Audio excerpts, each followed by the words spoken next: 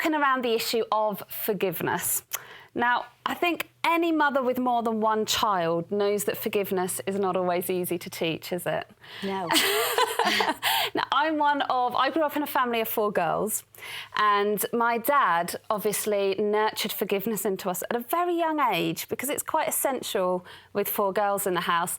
And on the whole, it worked quite well. We did have a very peaceful family, and we always had this ethos of don't let the sun go down on an argument. We took that scripture and we lived it, and we weren't allowed to perpetuate arguments. But I remember, you know, girls can get to that age where they can be quite manipulative and really know how to use things, and we turned this tool into a weapon.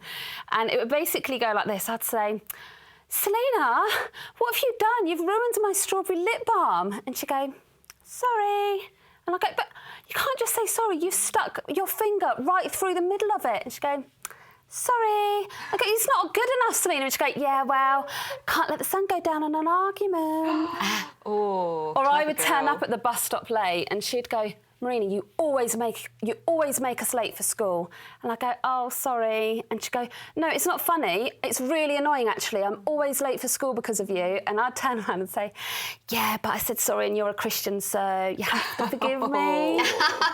Teenage girls can literally turn anything into a weapon. Absolutely. It is harsh, isn't it? Oh, we got good at it as well. We got good at it. But it is funny, though, because, of course, we know that true forgiveness is life-giving. Yeah. It is healing on every level. It is releasing for the forgiver and for the forgiven on both sides. But in a sibling dynamic, I'm quite curious how you manage it in your families, because we want to encourage our children to forgive. That's really important. But we also want to encourage our children to know that their sadness or their fear or their experience has also been validated. We don't want to brush over one via the other. How do you guys do that in your homes? I'm intrigued. I mean, I've got the 3 in very different ages, and I found that some of it happens very naturally, and I think it's good to leave space for that to happen naturally. They might have an interaction with each other or an altercation of some kind that might develop even to shouting or ranting or saying hurtful things. But more often than not, they will work that out between them and move on. And I found that by getting involved very early on and too early, it prolongs that process and actually adds fuel. With young children particularly, but also with our older children, our teenagers, we need to help them feel validated as well in their sadness, isn't it? We don't want them just to feel as though we've said, quick, forgive somebody, as though what you've experienced isn't significant.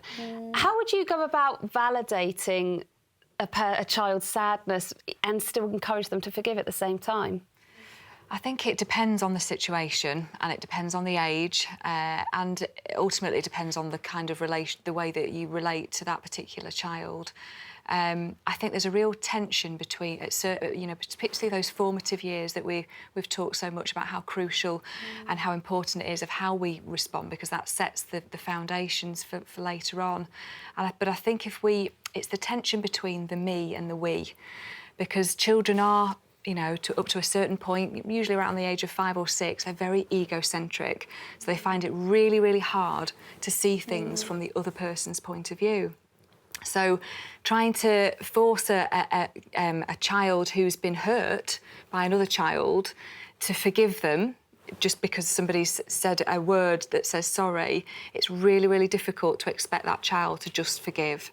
So it's, like you said, it is incredibly important to validate the feeling. And we've talked about that a lot on this show, is, you know, when you can see a child is genuinely distressed and upset, and actually sibling relationships are one of them. I remember what it was like to be in sibling conflict, and you can feel murderous at times towards your siblings. Rage. Really powerful, instinctive, impulsive emotional responses. And I think as parents, we need to absolutely validate those feelings, but that doesn't mean to say that we condone the behaviour. And at some point we do. But I think it's about timing, isn't it? I think going in there and expecting, right, we're Christians, so we just need to say sorry and forgive because that's what we do, that's not. Children need to feel it and it needs to make sense to them. This forgiveness. It can't just be something like you guys had remembered how easy it was to just trip it off the tongue and use it. Yeah. Actually, it's so important that we teach our children that it's got to come from a place of feeling and a desire to reconnect.